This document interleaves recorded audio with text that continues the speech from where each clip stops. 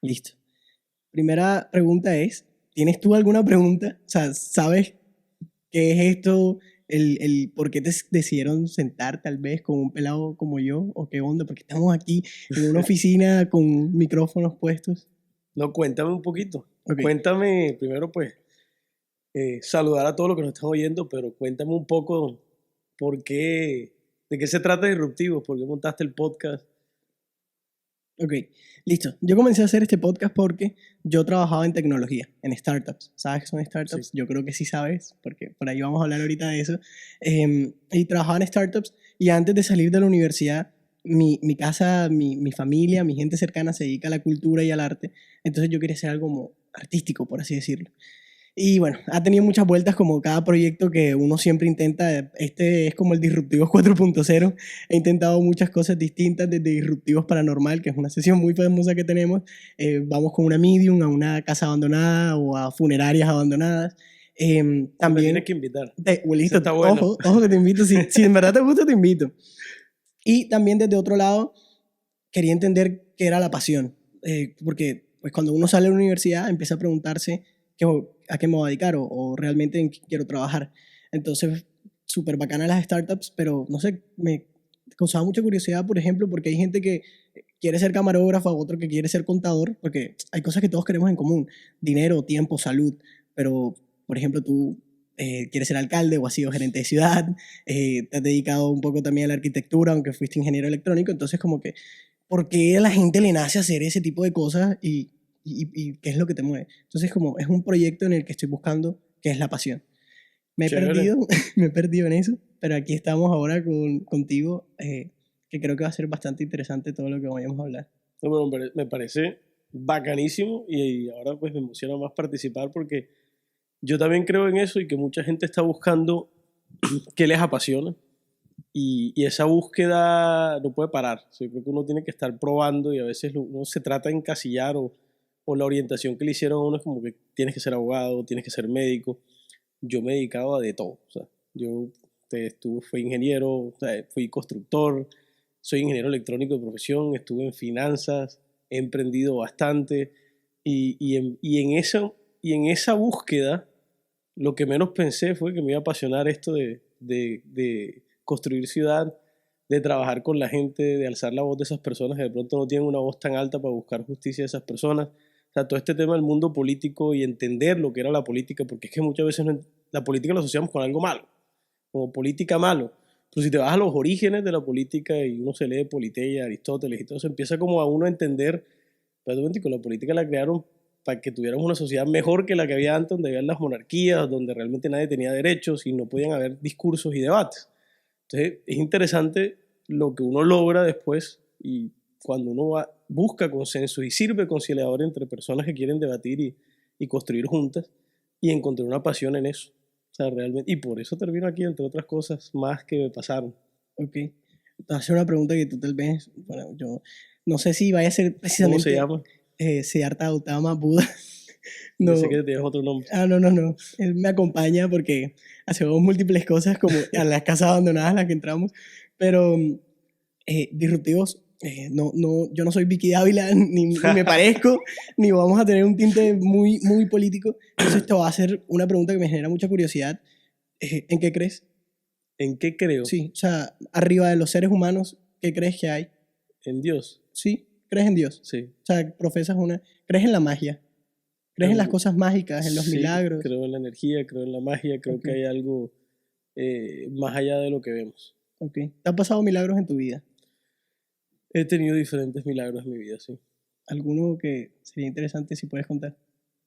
Pues me parece un milagro, por ejemplo, que yo haya sido compatible y he podido donarle un riñón a mi papá, que le quedaban 5 años de vida. O sea, la probabilidad de ser compatible no es normal. Conozco muchos otros casos, incluso que han venido a hablar conmigo para que les cuente la experiencia, lo que es donar un órgano, y no han tenido la misma suerte, no han podido ayudar a sus papás. Yo creo que eso en sí es un milagro. Mi papá hoy tiene 76, 77 años y pues eso fue hace 14 años. Ha podido ver a mis hijos crecer, ha podido compartir con nosotros, hoy tiene su empresa, sigue siendo productivo, nada de eso lo hubiera podido hacer y yo creo que eso es un milagro. Wow.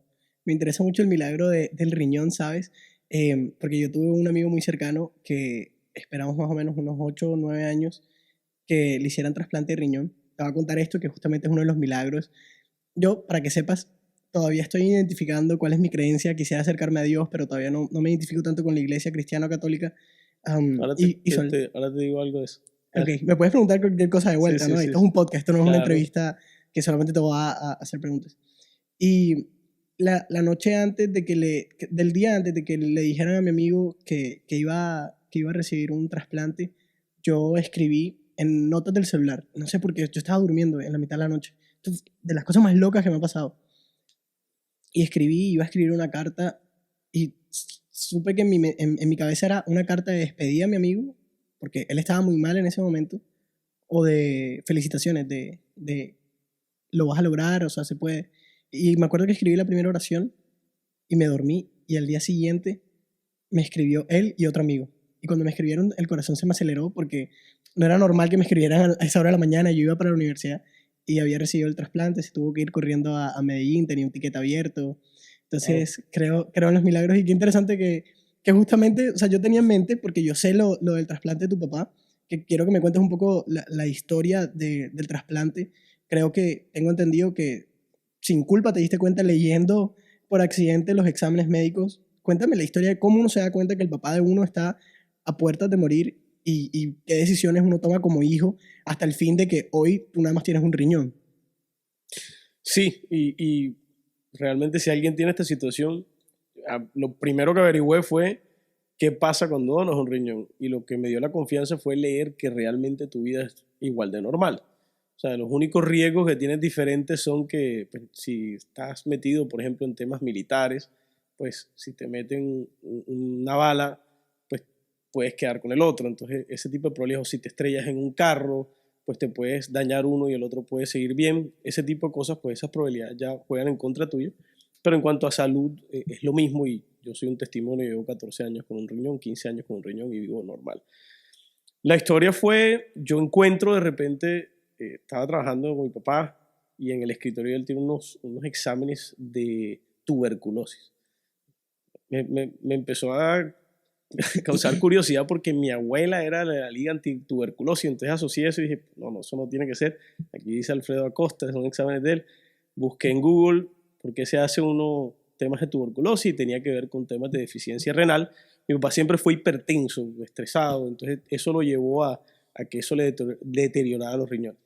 Investigando más y metiéndome ahí en el escritorio, empecé a entender pues, que estaba leyendo temas de trasplantes y me entró como una angustia. Yo ya había perdido a mi mamá había muerto de cáncer cuando tenía 21 años. Entonces esto era cuando tenía más o menos unos 27.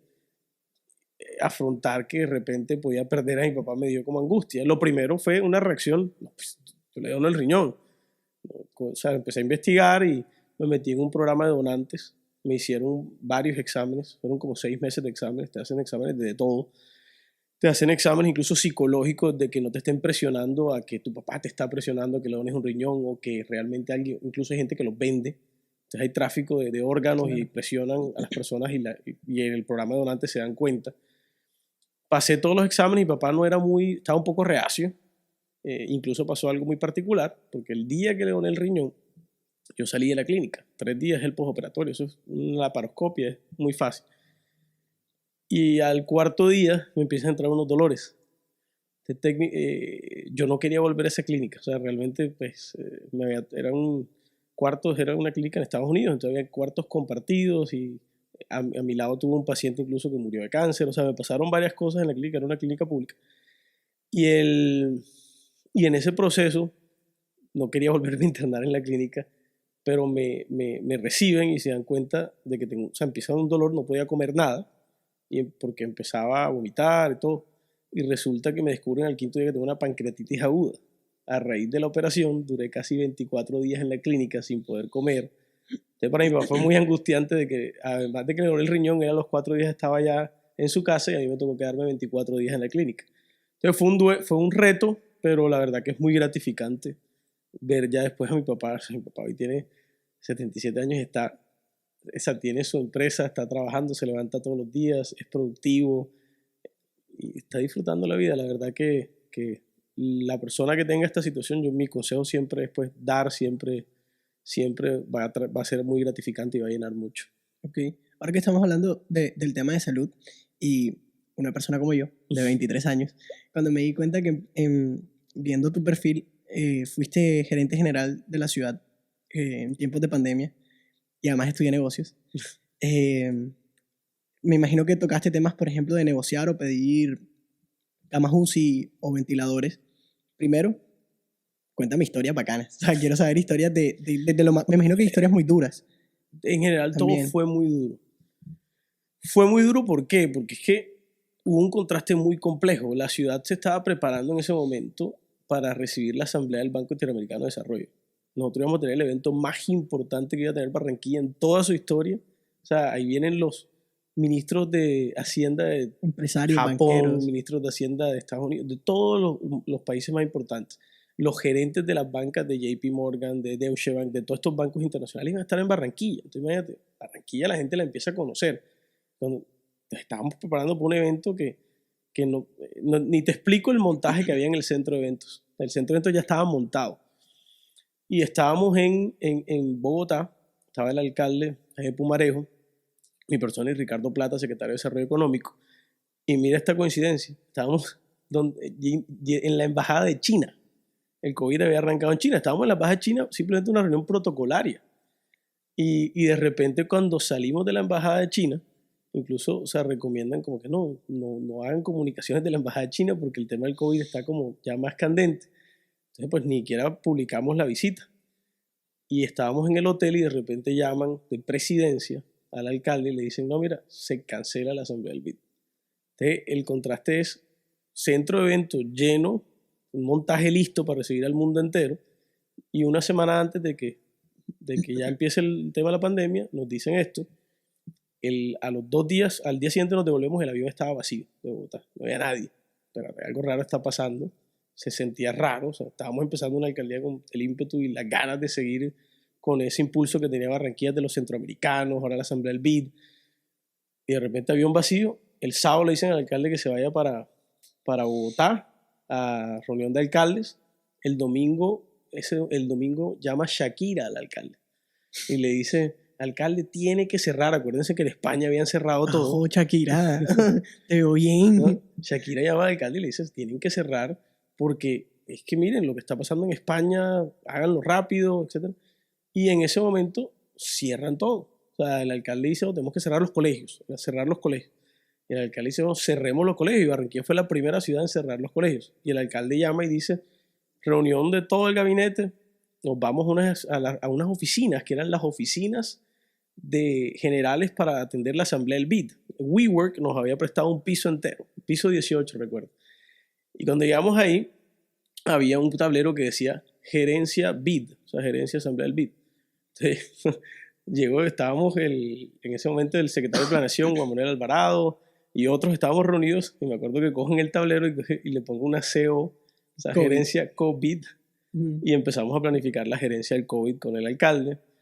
Y después fue el centro de eventos, en vez de un montaje, tocó desmontar todo, volverlo un hospital de campaña y otra nueva realidad que no pensábamos, pues ya todo el mundo encerrado en sus casas y arrancar en vez de construir parques, en vez de construir malecones, en vez de estos sueños era comprar unidades de cuidado intensivo, hacer modelos algorítmicos para descifrar los contagios, buscando información en Google porque no hay información oficial del gobierno nacional.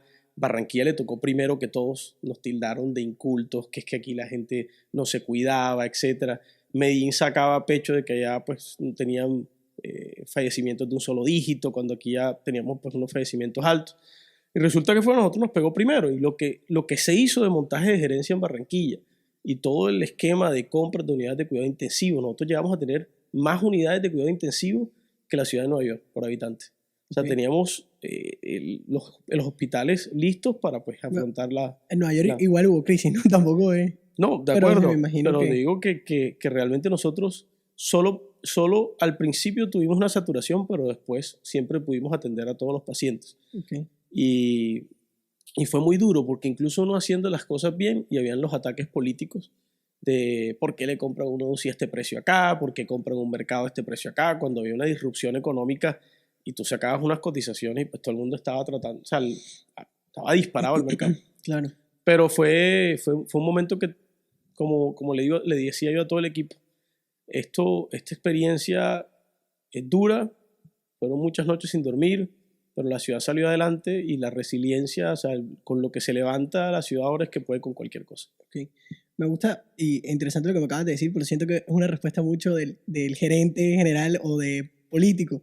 Yo quiero preguntar como Carlos, o sea, cómo una persona se vuelve, no sé si en efecto eras tú, pero pues tengo de lo que estuve referenciando, que me da mucha curiosidad. Si estudié negocios, ¿cómo negocia uno en el momento en el que todo el mundo quiere una cama UCI? ¿Qué momentos tuviste miedo? ¿Qué momentos tenías ansiedad antes de irte a dormir? O sea, ¿y cómo sobrellevabas eso? Esas historias son las que quiero saber. Bueno, no dormíamos mucho, la verdad. Okay. En la alcaldía nos quedábamos hasta la 1 de la mañana. Había que lidiar con la ansiedad. Entonces también cocinábamos mucho. A mí me gusta cocinar, al alcalde le gusta cocinar. Entonces en la oficina él tiene una cocina y ahí nos quedamos cocinando. A veces para lidiar con la ansiedad y con todo. Y en las negociaciones realmente el proceso es bastante estandarizado. El tema de negociación en la alcaldía normalmente pides 3 cotizaciones. Aquí lo complejo era que no existían 3 cotizaciones iguales. Mientras una UCI te la estaban vendiendo en 80 millones, por otro lado te vendían un respirador también en 40 millones. Entonces empezabas tú y cómo comparabas esos precios, cuál escogías, quién te lo atendía bien. Había personas vendiendo cosas de China, resultó que todo lo chino nunca llegó. Entonces técnicamente ese proceso fue complejo y retante porque no había nada estandarizado. Pero ¿sabes qué pasó? La ciudad fue muy solidaria y muchos empresarios, incluso médicos locales no pensando en negocio, nosotros conseguimos muy buenos precios. Incluso en la tercera ola hubo un empresario barranquillero pues que realmente tenía ya las cosas y las vendió a un precio incluso muy por debajo, casi 50% de lo que estaban vendiendo en el mercado en general. Pero sí tocaba moverse y la red de solidaridad de la ciudad fue impresionante. Ok. Bueno, no, yo no quiero tintes políticos, pero pues, ¿qué se puede hacer? Obviamente, si estoy hablando contigo, habrá cosas políticas. Una de las cosas que he escuchado de la campaña es que quieren jóvenes que estudien y que trabajen, que pasen de los que no estudian y no trabajan, que creo que se les llama, ¿cómo? No, sí, o ¿cómo Los es que? ninis. Los ninis a sisis. Entonces, es un reto, incluso en redes, o sea, está el debate de si es populismo o si de verdad se puede. Yo soy una persona que hace proyectos, me gustaría saber cómo de verdad, o sea, que me expliques cómo crees que puede suceder. Bueno, ahí te empiezo. Hay una frase que repito mucho que me gusta de Pablo Picasso, que dice, todo lo que se imaginen es real. Si tú te imaginas algo, es real. Entonces, yo le hago muchas preguntas, le hago la misma pregunta a todo el mundo de los barrios de Barranquilla. ¿Quiénes aquí han visitado el Gran Malecón? Todo el mundo te alza la mano. ¿Quién se imaginó que era posible hacer un Gran Malecón en Barranquilla? Nadie alza la mano. Si uno no se imagina que podíamos hacer un Gran Malecón, no iba a existir. Ahí tuvimos a un visionario como Alejandro Char que dijo, yo quiero hacer un Gran Malecón y sé que Barranquilla se merece un malecón. No cualquier parquecito como lo hacen, lo que se puede. No, algo que nadie se imagina. Cuando todo el mundo llegó a ese malecón, no sé si te pasó a ti, incluso me pasó a mí, que estuve en toda su obra, en su concepción, en su diseño, en su estructuración, en las negociaciones de los predios, lo viví durante 4 años de mi vida. Cuando llegué a caminar ya a la apertura del malecón en noviembre de 2019, a mí se me salían las lágrimas, como que, ¿qué momento se hizo esto? O sea, Barranquilla, yo cambié a raíz de ese malecón. O sea, cuando ya yo voy a trotar allá no todas las mañanas, voy 4 mañanas allá a trotar y me cambia la perspectiva. Yo siento que es lo mismo con este tema de los 70.000 jóvenes que ni estudian ni trabajan, con una pequeña diferencia, que no se ven. O sea, tú veías que los parques estaban feos, uno ve que hay un hueco en la calle, uno ve que un edificio, la fachada está fea, o uno ve un lote vacío y uno dice, me sueño algo ahí. Pero no mucha gente está diciendo, me sueño a todos los pelados trabajando y emprendiendo. Nadie lo dice porque no lo vemos. Es como el cambio climático, que mucha gente no cree en el cambio climático porque no lo ves, porque no ves qué va a pasar en 40 años si seguimos como estamos. Yo siento que si no le paramos bolas a esos 70.000 jóvenes, la productividad, o sea, el presente y nuestro futuro de esta sociedad va a sufrir, porque es que uno no o sea, esos jóvenes ¿en qué terminan? Se terminan yendo a otras ciudades donde le dan las oportunidades o se terminan perdiendo por malos pasos. Entonces yo creo que hay que visibilizarlo y que sí es posible. Yo siento que sí es posible. En cuanto a los estudios, el presupuesto de la ciudad lo da. El presupuesto de la alcaldía tiene el espacio para priorizar que le demos becas a esos estudiantes que no tienen acceso para que todo el mundo tenga cupos universitarios. Las universidades las tenemos. Nosotros somos la capital de la educación superior en toda la costa Caribe. Aquí todo el mundo de todas partes, de La Guajira, de Bolívar, de Magdalena, se vienen a estudiar acá a Barranquilla porque están las mejores universidades de la costa Caribe. Entonces tenemos las universidades, ya las tenemos. Y está la Universidad de Barranquilla, que es la nueva universidad pública, además de la del Atlántico, y los cupos los podemos dar. O sea que estudios para todo el mundo, eso es muy posible a nivel presupuestal. Oportunidades de emprendimiento, yo creo que nunca le hemos dado el protagonismo. O sea, siempre abrimos un fondo de capital para emprender y de poder dar mentoría para empresarios, pero siempre es muy pequeño, o sea, 300 cupos, 200 cupos. ¿Por qué no hacer algo donde tengamos pues 5.000 cupos a todos los emprendedores, hacer hackatones, hacer cosas masivas como lo han hecho en otras ciudades? Y hay muchas experiencias a nivel mundial que han funcionado en Boston, a las afueras de California, o sea, todo eso ha funcionado. Entonces, simplemente priorizar qué pasa si ayudamos a que la gente emprenda. Si a la gente le va bien en esos emprendimientos, eso va a generar más impuestos. Si va a generar más impuestos, tiene plata para hacer más parques y todo lo que tú quieras.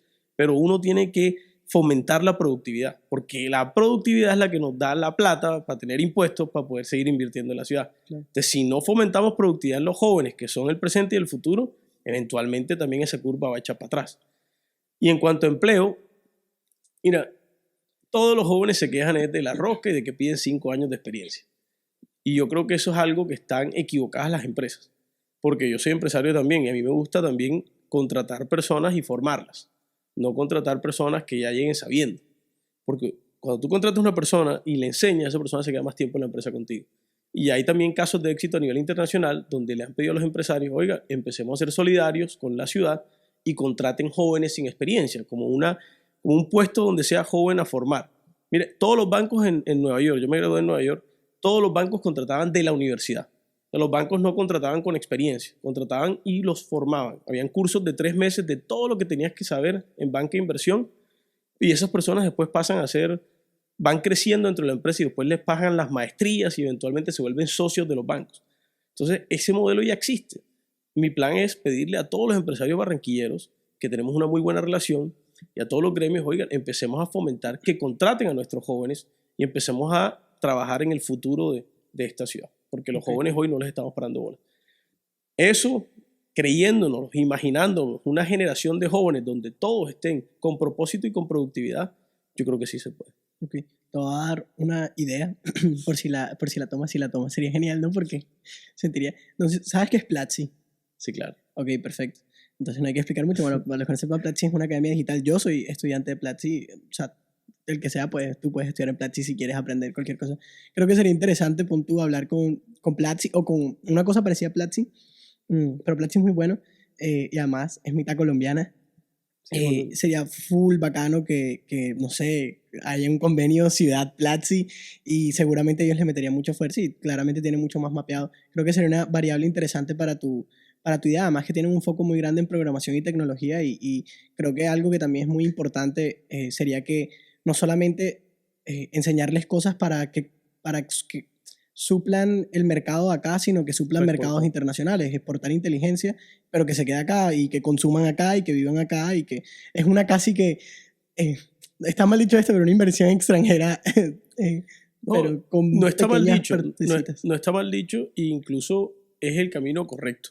Eso lo hizo Costa Rica y lo han hecho otros países, incluso Colombia tiene hoy a todos los call centers más importantes del mundo acá. En Barranquilla se estableció hace poco el call center más grande del mundo, que es Teleperformance. Y hay una anécdota que la echamos mucho, es que Teleperformance no estaba en Barranquilla. En el 2019 Teleperformance no estaba en Barranquilla. Y Pro Barranquilla había hecho un acercamiento, etcétera, pero no habían logrado que se vinieran para acá. Yo siempre iba a Bogotá y iba a las oficinas de Terranum. Terranum es un fondo inmobiliario al cual le vendimos unos terrenos enfrente del Porta de Oro para financiar el Porta de Oro. Y siempre había una cantidad de edificios que decían Teleperformance. Y preguntaba, ¿eso qué es? No, ese es el call center más grande del mundo. Nos tienen alquilados aquí, la mitad de las oficinas tienen 20.000 empleados. Y yo, pues eso más es porque no están en Barranquilla. Y un día en una reunión de exalumnos, estamos de 20 años de mi colegio, una pelada me dice, no, yo trabajo en Teleperformance. Y yo, ¿tú trabajas en Teleperformance? No, ¿tú me puedes conseguir una cita con el presidente de Teleperformance que quisiera venderle Barranquilla a ver si se establece acá? Claro, ¿no? Yo conozco al presidente, yo te hago el enlace. La pelada me hace el enlace y me mandan al vicepresidente corporativo de Teleperformance y nos visita. Lo atendemos en ese momento Ricardo Plata y mi persona y le hacemos la venta de ciudad.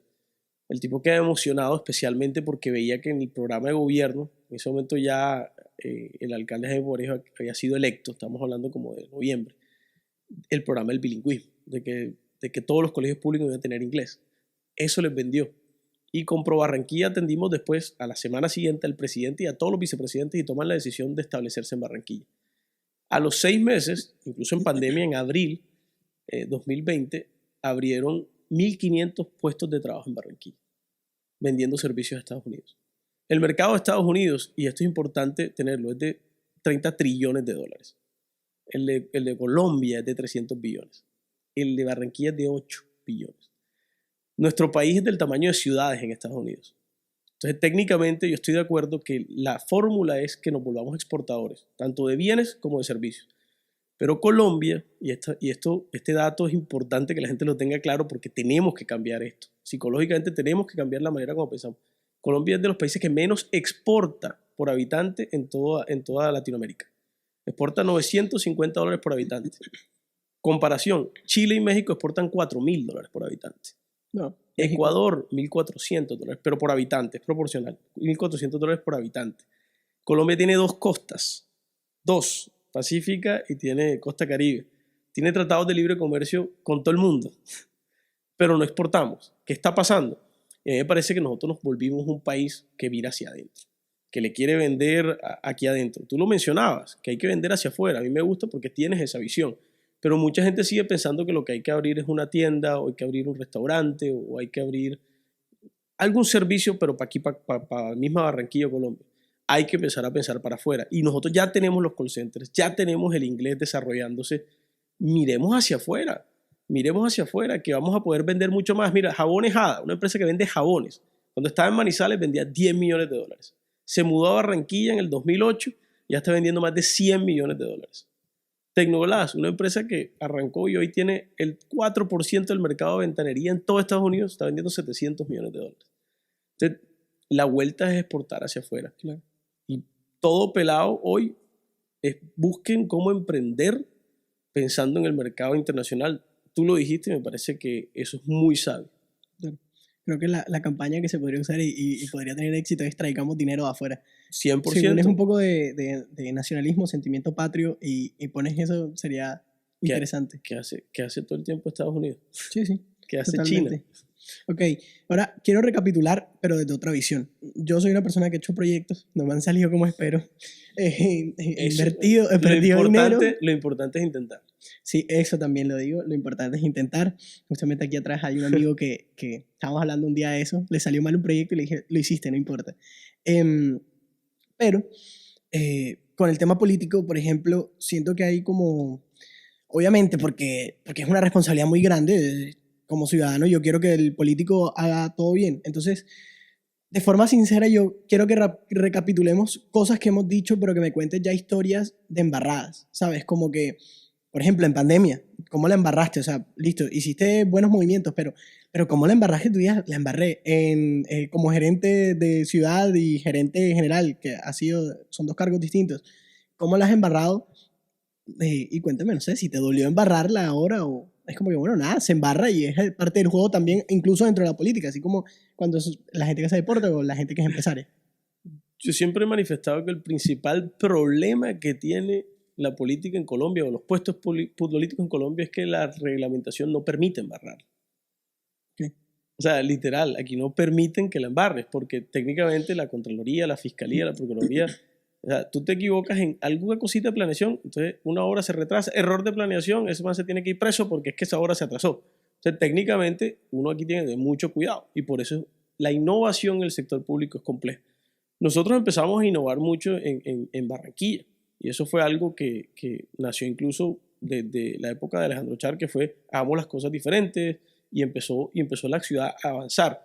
Entonces nosotros tenemos muchas empresas de la ciudad. O sea, mucha gente no conoce, por ejemplo, Portador Empresa de Desarrollo Caribe. Es el tanque de pensamiento de la ciudad, donde se estructuran todas las nuevas ideas, donde se planificó Barranquilla 2100 con los arquitectos Björk Ingels Group, que son de Dinamarca, que son los que están mandando la parada en temas de planificación urbana. Entonces, en esas empresas que tienen unos regímenes un poco, digamos, más flexibles, hemos podido innovar con ideas, con diseños. Hay cosas pues que han salido bien, otras que han salido mal, pero te cuento, por ejemplo, esta experiencia en el tema de parques. En parques, que fue el primer proyecto en el que llegué a la alcaldía, lo que quise fue poder darle una estructura para poder tener la rueda de la innovación, que es, o sea, prácticamente lo mismo que te enseñan en startups. No sé si te has leído un libro que se llama, no me acuerdo el nombre en español, pero se llama The Lean Startup, de Eric Ries, que te dice toda la teoría. El método. Lean Startup incluso es un método que... exacto. Más que todo. Que lo usen, y entonces prácticamente es intenta, mide, retroalimenta, ajusta, innova y vuelve otra vez. En parques tratamos de hacer eso. Midamos toda la reacción del cliente, o sea, el cliente es el ciudadano, cuando está yendo a un parque. Entonces hacíamos encuestas. ¿Te gustan los juegos que están puestos? ¿Te gusta cómo funciona la cancha de fútbol? La iluminación, etcétera. Toda esa data la recogíamos y siempre la estábamos revisando. Entonces, el diseño de parques del primer parque de Barranquilla a los que se están haciendo ahora es totalmente diferente. Las mallas son hoy, por ejemplo, electrosoldadas, ya no son mallas como las que se hunden cuando el balón le pega. Eso salió porque todo el mundo se quejaba, la malla se rompe, entonces hay que cambiar la malla. Hoy son mallas electrosoldadas fijas que aguantan el golpe y no pasa nada. Lo mismo con los juegos infantiles, nos empezaron a pedir, por ejemplo, juegos infantiles para niños en condición de discapacidad, entonces encontramos ese tipo de juegos y los poníamos en los parques. La iluminación pasó de sodio a LED por el tema también de metal halide a LED, por el tema del medio ambiente y el tema de ya volvernos una biodiversidad. Entonces, todo eso puedes considerar embarradas los primeros diseños. Claro. Incluso una vez, una embarrada que sí no funcionó, que es que hicimos un experimento con Findeter y con el Banco Interamericano de Desarrollo, que ellos querían que los parques se regaran con el agua lluvia. Entonces hay unos tanques que se instalan debajo del parque y son como, recogen el agua lluvia y luego tienes un bombeo que cuando no está lloviendo pues coge el agua y la riega. Entonces esos tanques tenían que ser muy grandes en Barranquilla porque aquí llueve muy poco. En Barranquilla llueve, para los que no saben, entre 70 y 90 días al año. No llueve más. Pero por ejemplo en ciudades de Bogotá llueve casi la mitad del año. Y eso afecta mucho el tema de la vegetación. Por eso nosotros aquí somos determinados un bosque seco tropical. Ese proyecto no funcionó. O sea, Findeter querían, chévere, etcétera, se van a regar los parques solos, etcétera. Pero no funcionó. O sea, siempre se dañaba la bomba, sonaba bonito, un parque se riega solo, pero al final, hoy terminamos, los parques los tenemos que regar con agua potable, porque no tenemos red de riego, y pues simplemente toca agua potable y darle manejo al agua potable en los parques. Los únicos parques que no se riegan con agua potable son donde podemos tener pozos profundos, pero aquí también a veces se secan los pozos, y el río, el malecón del río se riega con el agua del río. Okay. Bueno, no sé, tal vez somos una ciudad donde llueve poco, pero es bastante húmeda, y no sé si lo sabes, pero en Perú, por ejemplo, hay unos carteles que recogen, porque Lima es muy húmeda también, que recogen la humedad para volver el agua. Entonces te tiro ese dato por si quieres. Eso está interesante. Por si quieres poner bastantes carteles que recojan agua y ver si así se logra. Dato ahí. Y lo otro tenemos esa, carteles que recojan agua. Y sí. La otra es Platzi. Son famosos en Perú. Y Platzi para educación. Sí. Y es fácil de llegar al CEO de Platzi, le escribes en Instagram y responde. En verdad. Y lo otro es, cuando dijiste que era el método que habías usado para los parques, yo estaba sonriendo porque yo sabía que algo de startup tenía que tener porque cuando estuve stalkeando me di cuenta que era mucho escucha al usuario, todo esto. Entonces, ahora te voy a hacer esta pregunta y yo te voy a preguntar como, hey, ¿qué tiene que ver, qué sabes sobre los métodos? Porque, por ejemplo, a mí me encantaría que parte del gobierno funcionaría como una startup. Sé que no puedo igualar una cosa con la otra, pero siempre he tenido esa curiosidad en muchos temas porque siento que hay muchos procesos dentro del gobierno que son muy obsoletos y entiendo que es un dinosaurio porque tiene que ser un dinosaurio, porque tiene que cada paso darle cuidado, pero bueno, ojalá puedan ser unicornios. Para los que no sepan, un unicornio en startup es empresas valuadas $1 billón y todas esas empresas como Airbnb, Uber y todo esto son muy innovadoras. Ellos no esperan al permiso muchas veces, que sé que aquí hay que llegar al permiso, pero ojalá se pueda buscar un movimiento más rápido, ¿no? Sí, no, como te digo, hemos innovado mucho con la figura de empresas de economía mixta. Entonces, al tú tener una empresa de economía mixta, te asocias con privados, también tienes regímenes más flexibles, pero nos han permitido innovar. Incluso, por ejemplo, el vivero de la ciudad es una innovación. Nosotros tenemos el único, o sea, es un vivero público-privado, perdón, y tú ves todos esos árboles en el malecón, bonitos, que son como de 5 metros de altura. Nada de eso hubiera sido posible, ni era posible en Barranquilla. Porque aquí con el clima que había, los árboles que tú siembras de 50 centímetros nunca iban a crecer en el malecón con esa brisa. Y ahí innovamos, nosotros hicimos una innovación que fue hacer un vivero público-privado, donde un privado hizo la inversión en todo el vivero, etcétera, y nosotros pues le compramos unos árboles a largo plazo. Pero si tú vas hoy a ese vivero, que no lo tiene ninguna otra ciudad en Colombia, es más, creo que en Latinoamérica habrá muy pocos viveros así, te impresiona. O sea, yo te invito incluso, ahora te muestro unas fotos donde siempre hay 50.000 árboles creciendo, pero eso es un bosque. Y de allá traen los árboles, que son los árboles que vemos que están pues, en Barranquilla se reverdeció. O sea, lo que llamaban la arenosa, ahora tú ves en los parques, jardines, verde, etcétera, pero todo eso fue a través de innovación. Entonces, sí, de alguna manera, todo eso toma riesgos, porque esas ideas a veces generan rechazo, como las startups. ¿Qué es la diferencia? Un árbol pequeñito cuesta 27.000 pesos, el arbolito. Un árbol de estos costaba 400.000 pesos. Entonces todo el mundo empezaba a decir, ese árbol está muy costoso. Entonces toca defender por qué vas a sembrar un árbol de ese precio. No, resulta que es que tengo 1 metro cúbico de arena negra que me toca hacer el hueco de 1 metro cúbico de arena negra, abonarlo, cuánto cuesta eso, el mantenimiento durante 6 meses de ese árbol para que quede como está, le estoy dando mantenimiento de por vida a todos los árboles, el árbol crece desde una plantulita hasta que tiene 3 metros de altura, pero eso fue un choque. A mí me tocó socializar eso en la Cámara de Comercio, en la Universidad del Norte, en todas partes, y siempre encontraba el choque. Entonces nos íbamos a quedar sin árboles en Barranquilla. O sea, no íbamos a poder reverdecer o reforestar la parte urbana, el arborado urbano de Barranquilla que se había muerto, porque a medida que nos densificamos era muy complejo realmente tener los árboles que tuvimos hace 80 años. Pero eso fue innovando. Y la ciudad hoy sí la vemos como un startup. Lo que se creó con la gerencia de ciudad, yo fui secretario general, pero también gerente de ciudad. La gerencia de ciudad fue una manera de ver la ciudad como una empresa. Empezar a ver la ciudad como una empresa y tener innovaciones dentro de esa empresa. Siembra, que es otra empresa, fue una innovación dentro de la empresa de Alcaldía de Barranquilla. Y el ciudadano es el cliente. El ciudadano es el cliente y el reto es cómo yo escucho y mido a un cliente que mucho es análogo. Sí. Porque no todo el Ese es el reto. Sí, mucha gente tiene teléfonos inteligentes, pero no tiene acceso total a internet. Entonces no tengo cómo sondear y entonces me toca hacer encuestas en persona, me toca estar haciendo sondeos, pero tengo que estar escuchando a esa gente y revisando cada proyecto, cada innovación que hago dentro de la ciudad, cómo realmente la gente reacciona y si seguimos por ese camino, seguimos por otro. Pero hay que saber escuchar y eso lo aprendieron los startups a través de data y cambió realmente todo el método de cómo las empresas crecen y cómo le sirven a sus clientes. Barranquilla sí, vemos al ciudadano como un cliente, pero también, esto lo dijo Barack Obama, el ciudadano no solo es el cliente, también es el jefe. Eso no lo tiene un startup donde el ciudadano es el cliente y el jefe. Más o menos, créeme que también son los jefes. Que incluso, no sé si lo sabes, pero cuando la gente está creando startups, uno quiere llegar a millones de personas, pero previo a eso te enfocas en 100 personas que te amen. Y esas 100 personas que te amen son jefes. O sea, todo lo que te dicen. Pero son, obviamente, de forma distinta. Y entiendo que sí es el jefe porque pone la plata el ciudadano. Y ponen al gerente, y te ponen que es el alcalde. Hacen decisiones. Pero ahí también te completo algo de la gerencia ciudad. ¿Qué es lo que vendes?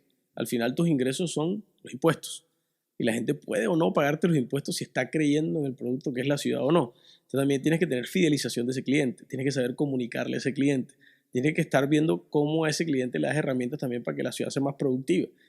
De eso podemos hablar muchísimos programas porque lo que se creó dentro de la gerencia de ciudad es interesantísimo. Y el sueño, ¿cuál es? Que todo el mundo participe.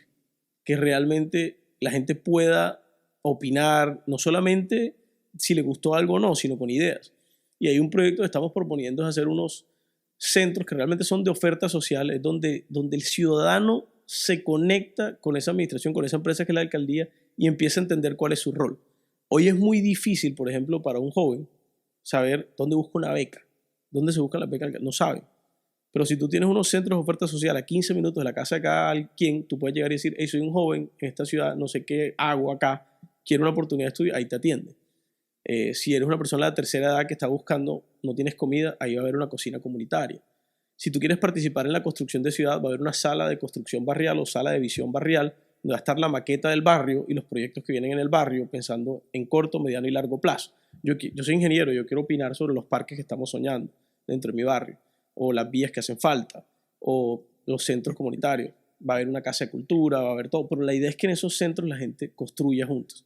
Y ahí empecemos a mirar un poco la ciudad como más participativa y más incluyente. Ok. Justamente te iba a preguntar algo relacionado a eso, la co-creación, ¿ya? Porque sé que sabes y has hablado de co-creación.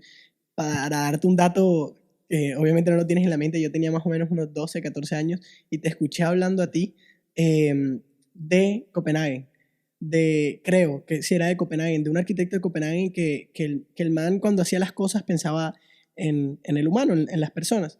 En ese momento pues yo no sabía de startups, no, ni por ahí, ni nada. Después todo esto se está relacionando al día que estamos hablando hoy y me parece interesante y creo que es de las primeras cosas que te quiero preguntar, yo como ciudadano que tiene ciertos conocimientos tecnológicos, empresariales, cómo hacer parte, o sea, en verdad me gustaría que se pudiera desarrollar un proyecto en el que la escucha se pueda sentir a nivel de toda la ciudad. No sé cómo todavía, no sé si dentro de una app o algo, creo que cuando estaba el consejo, había un concejal que iba a proponer que cuando él votara iba a generar unas votaciones, ¿verdad? O sea, cuando él votara dentro del consejo o dentro del Senado, ¿tú te acuerdas? Sí, En la blockchain que lo iba a hacer y tal. Le dijera. Ajá, que la gente le dijera. Eso es muy complicado. La democracia en exceso es también a veces muy complicada, pero como sería muy chévere que pudieras realizar un proyecto de co-creación y de escucha activa a ese nivel, pero un nivel que todos podamos ver. Mi mente es muy app. No, obviamente no es una app, pero mira, incluso una de las propuestas para trabajar en la solución de los jóvenes que estudien y trabajen es desarrollar, y eso no lo hemos lanzado, pero lo estamos empezando a trabajar, es desarrollar una página web, una app, etcétera, donde se vuelva como un Waze, donde realmente Waze sabes que es autoalimentado, o sea, realmente los mismos usuarios lo alimentan. Entonces imagínate que aquí todo el joven que no estudia, o que no trabaja, o que no está motivado, etcétera, se inscriba en la web y diga, no, que yo no estudio y no estudio porque no tengo plata para una beca, para la universidad. No, yo no estudio porque es que no hay cupo de lo que yo quiero, o yo no estudio porque estoy desmotivado, o yo no consigo trabajo porque es que me exigen experiencia y no consigo trabajo, no conozco a alguien que me ayude. Entonces imagínate eso y se va autoalimentando todo eso, pero del mismo, eso es la demanda, del otro lado tienes la oferta o personas que quieren colaborar a solucionar. Entonces puede haber personas como que, mira, este joven tiene este emprendimiento, etcétera, yo lo quiero apoyar, así sea para que la embarre y después ahí mira para dónde va, o de repente la Cámara de Comercio dice, yo tengo unas ofertas aquí de emprendimiento y me las estoy gastando con gente que ya tiene oportunidades y no las necesita, pero este censo me ayudó, o empresarios empiezan también a unirse. Imagínate un ecosistema donde realmente la oferta y la demanda de todo ese tema empresarial y de emprendimiento y de solidaridad de ciudad empieza a construir la solución.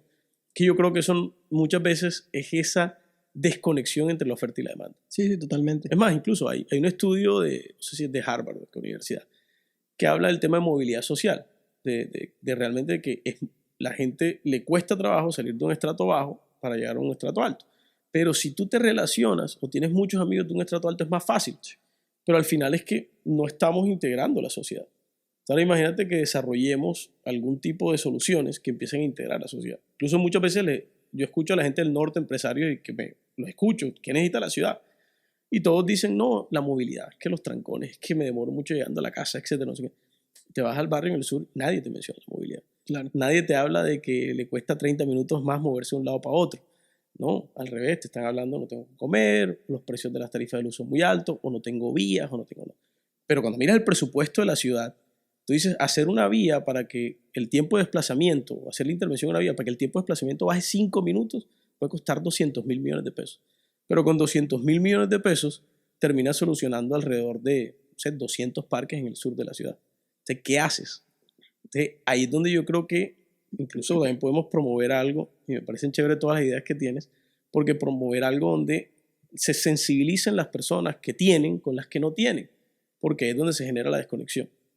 En el caso mío, yo me la paso en la calle, me la paso hablando con las personas que no tienen, con las que tienen. Entonces, al final, quiero ser también, servir de articulador, y trato de servir, incluso independientemente de lo político, me encanta. Si alguien me dice, no, tengo un emprendimiento, y yo, mira, tengo este otro man que te puede invertir, y he ayudado a mucha gente así, conectándolos, pero así generas progreso. Claro. Sí, bueno, ahí tengo dos dilemas, dos cosas. De lo que yo me he dedicado, por ejemplo, en startups es comercial y relaciones públicas, así que también tengo ese, que cuando, aunque la gente no me conozca mucho, intento relacionar a los que tienen necesidades comunes. Y ya en los temas empresariales, muchos crean aplicaciones que literalmente, como lo definen, es unir la demanda y la oferta en X cosa. Por ejemplo, Uber es unir la demanda y oferta de conductores con pasajeros. Y así sucesivamente, Rappi es unir la demanda y oferta de gente que quiere comer con restaurantes. Creo que sería muy innovador, muy necesario, innovador de premio, literal, poder unir la ciudad, centralizarla. Que siempre centralizarla para entender necesidades, demandas y ofertas y que la gente pueda localizar, que en efecto eso es, por ejemplo, Google. Es una enciclopedia muy grande, sino que es un motor de búsqueda y te permite a la final entender dónde está cada cosa. Sí, No sé si... demanda información con oferta de información. Exacto. Sería muy bacano eso. Bueno. No, y ahí el reto de todo eso es la cantidad de gente que es análoga. Claro. Entonces, por eso la propuesta es no solamente volverlo virtual, sino tener unos centros de oferta social que también van a empezar a conectar los que tienen con los que no tienen. O sea, el que está buscando empleo con el que necesita la persona que trabaja. Todo eso va a pasar ahí. Pero bueno, eso es otro programa entero. Bueno, ya última pregunta es, ¿qué te debería preguntar? ¿Qué me hace falta preguntarle a una persona que ha sido gerente de ciudad, que tiene, solamente porque es interesante esa cultura para mí, que descendencia judía, que la familia es droguería Juliado, que pues, digamos, es muy importante en la ciudad, Iron Man, un pelado de 23 años, tal vez en mi mente no está porque no sé lo que no sé, pero tal vez tú creas que es importante que yo deba saber o que yo deba aprender, que me haga falta. Que me haga falta. No, a mí, o sea, que tú me puedas decir como que, mira, me pudiste haber preguntado esto, no, o te puedo enseñar esto.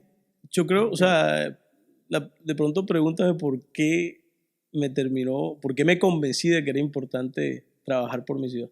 Ok, listo. ¿Por qué te convenciste que era importante trabajar por la ciudad? No, llegué por la situación de lo del riñón de mi papá y por unos temas de mi mamá, que regresé a la ciudad, pero eso fue lo que me llevó a cuestionarme cómo puedo servirle más a los demás, y me conecté, o sea, me apasionó el tema de parque, eso me generó una pasión, me parece increíble crear cosas, o sea, realmente hoy por cualquier parlote yo troté como por 10 parques y me acordaba de cada historia, de los vecinos con lo que habíamos construido, los planos, de cero cuando era algo que no iba nadie, el Surizalcedo, que era tierra de nadie en ese momento, bueno, en fin, verlo creado es muy bacano, me apasiona.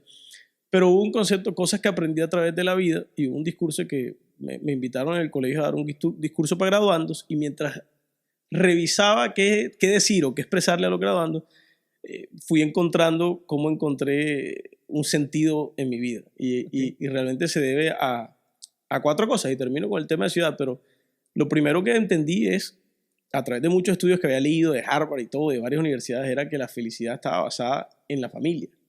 A veces pensamos que la felicidad viene de muchas otras cosas, de cosas materiales, de experiencias, etc.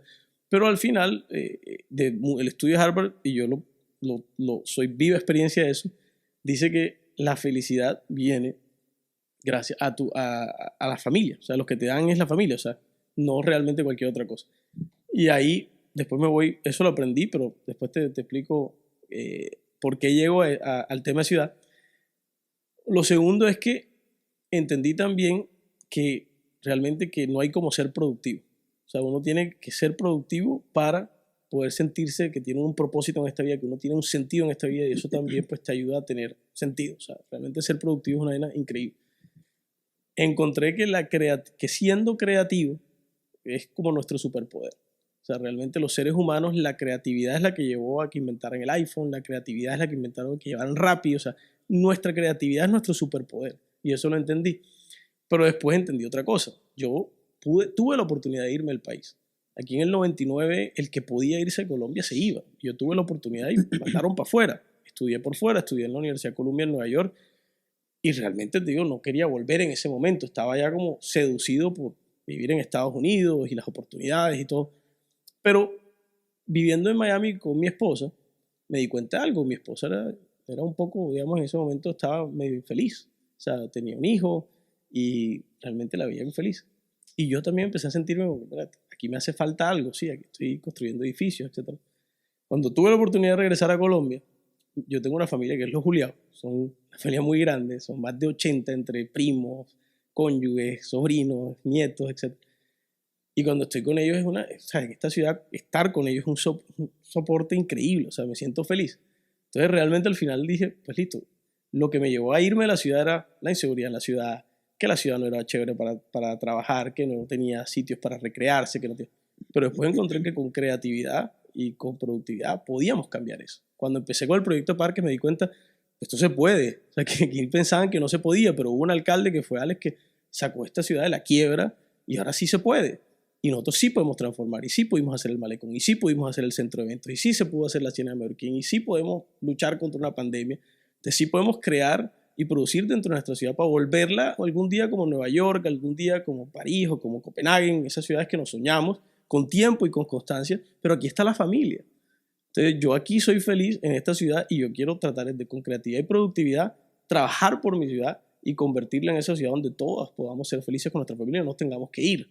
Entonces, por eso yo creo que es importante para todos, no solo para mí, y no solo tienes que ser alcalde, no solo tienes que ser un secretario de despacho, ni trabajar en la institución. Desde cualquier posición, yo creo que la gente tiene que trabajar por su ciudad, tienen que involucrarse. Hay gente apática que dice, no es que yo no voto, no es que yo no me intereso, no es que los políticos hacen lo que les da la gana. No te dejes quitar tu ciudad. Involúcrate. Si no lo haces tú, nadie más lo va a hacer. Yo no pensé que iba a terminar haciendo o que iba a terminar un programa de parques. A mí me llevaron al programa de parques. He podido hacer cualquier parque. O me esmeré y dije, pues quiero hacer un parque como los de Tampa, quiero hacer un parque como los de Nueva York. Me fui, miré los ejemplos a nivel mundial y nos ganamos un premio mundial como el mejor proyecto de ciudad del mundo con los parques. Yo creo que todos debemos alguno decir, hey, como hacía en Google, el proyecto del 10%. Todo el mundo tiene que, el 10% de su tiempo, ojalá lo inviertan en cómo yo le aporto a mi ciudad. Y la ciudad cambia. Es que hoy son muy pocos los que trabajan por la ciudad. E incluso es un mensaje que me gustaría darle a todos los jóvenes, involúcrense. Y si en algo, únanse, propongan. No les importa que las primeras ideas que salgan las embarren incluso para temas de ciudad o que las primeras veces te rechacen, pero hay mucha gente y mucha gente joven que le aportó a todos estos proyectos de ciudad y que se han atrevido. Pero yo sí creo que, por eso estoy convencido que tengo que trabajar por mi ciudad. Desde cualquier posición que Dios me ponga, tengo que trabajar en su ciudad. Ahí te iba a mencionar algo de Dios, que no sé si antes de cerrar te lo menciono. Dale. ¿Tú te has visto la película, ¿cómo se llama? La vida de Pi? La vida de Pi, ¿no? ¿Alguien se ha visto La vida de Pi? La vida de Pi es una película, es un libro realmente. Okay. Y Barack Obama dice que es la mejor prueba de que Dios existe. O sea, realmente, porque es un pelado que está inmigrando desde la India, creo que es. Y en el barco, ellos tenían un zoológico, y en el barco, pues, naufragia. Y pues se queda, el barco se hunde y él queda con un león, con una hiena y con unos animales en una barcaza. Y es toda su historia de supervivencia alrededor de esos animales y cómo llega eventualmente a salvarse. Entonces un reportero le está haciendo la entrevista sobre el tema. Y hay dos reportes, supuestamente otro reporte de la aseguradora del barco que dice que realmente él no se quedó en la barcaza con un león, con una hiena y no me acuerdo del otro animal, sino que era el cocinero, etc. Entonces todos esos animales se matan entre sí, pero también en la historia cuando son personas se matan entre sí. Y el reportero le dice, ¿cuál historia de los dos es la verdad? O sea, en verdad no habían animales. Y el man le pregunta, ¿cuál historia te gusta a ti? ¿Cuál historia te gusta más? Y el tipo le dice, no, me gusta más la historia de los animales. Dice, lo mismo es con Dios. Entonces al final el mensaje no es buscar que si Dios existe o Dios no existe o qué religión, etc. Es que una vida con espiritualidad, con norte, etc. es mejor porque al final nos hace sentir que tenemos un propósito. Entonces creas en lo que creas, yo creo en Dios, soy católico, pero al final del día lo que practiques, si tienes espiritualidad y hay un sentido a esta vida, eso significa que es mejor que eso exista que no exista. Claro. Porque te va a hacer mejor persona. Me gusta mucho que lo digas porque en esta búsqueda que te he dicho, en efecto, tengo esa filosofía y lo he mencionado en otros podcasts. La vez pasada estuve con los masones y Los masones son un grupo religioso y nada de eso. No conozco. Para los que están y tendrán esa duda, pero sí también tienen un énfasis en que cada de sus participantes pues sí tenga una creencia religiosa, y en la filosofía se habla que un hombre sin nada superior a él es simplemente un hombre, y solamente vas a poder hacer cosas de hombre y solamente vas a poder vivir en un plano de hombre. Cuando tú puedes creer en algo que está arriba tuyo, tú puedes hacer cosas que están arriba tuyo. Entonces yo por eso sí estoy como en esa búsqueda de sentir como esa sensación divina, sea lo que sea, no me importa si nombre es Dios, Zeus, lo que sea, Siddhartha Gautama, el que sea, pero sí llego a ese análisis que haces, que me gusta mucho, y gracias por ese análisis. No, chico. Ahora, literal la última pregunta. La persona más interesante con la que te has sentado a hablar y que te ha dicho, o sea, socialmente exitoso, ¿no? Porque también puede ser Mi abuelo. exacto. Bueno, si es la persona más interesante socialmente exitosa con la que pueda referenciar varias personas, o que con el cargo pueda decir algo. Porque pues hay muchas formas de decir que alguien es interesante, ¿no? ¿Y qué te ha dicho?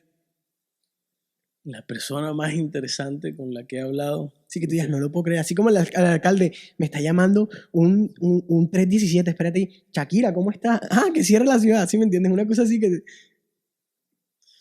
No me han hecho esa pregunta. La persona más interesante. Si no la tienes, no tienes No, por qué no, responderla. Está bien. Déjame- Te doy unos días y ya yo después pongo en el copy, este fue la persona y este fue lo que le dijo. Así que todo bien. Muchas gracias. ¿Sabes lo que sí te digo es que más que personas, yo siento que al final cuando estoy leyendo un libro es como hablando con una Claro. persona. Y de repente hay un libro que me pareció sensacional, que era como hablar con esa persona que ahorita incluso debe estar de moda porque salió la película del tema de cuando Nike firma a Jordan. Shoe Dog. Shoe Dog. No te puedo creer, mi libro favorito. Y ese sí, también está entre mis top 5. Y ese libro te enseña demasiadas cosas. O sea, es como, sería muy bacano poder hablar con Phil Knight. No, o sea, pero al final leer ese libro es una aventura y conectarte con todas las embarradas que cometió, la manera como creó esa empresa, la pasión que tenía por crearla, que le generó ese fuego por dentro y que lo llevó incluso a muchas veces a estar al borde de la quiebra. Me identifico con él porque también ahora que me encanta trotar y pues me encanta, estoy a puertas de correr una maratón también, entonces bacanísimo. Me parece que ese libro me enseñó, y a través de ese libro Phil Knight me enseñó muchísimas cosas. Okay. Muchísimas cosas en cuanto a la importancia de la disciplina, la constancia, de soñar en grande, de tener metas, que todo eso pues, y de sentirse cómodo tomando riesgos. Que es que yo creo que eso es lo que más debemos sentirnos. De sentirnos cómodos tomando riesgos, vamos a eventualmente tener una vida más plena. Perfecto. Totalmente de acuerdo. Así que para lo que quieras hacer, alcalde, trotar, hacer proyectos grandes, just do it. Así es.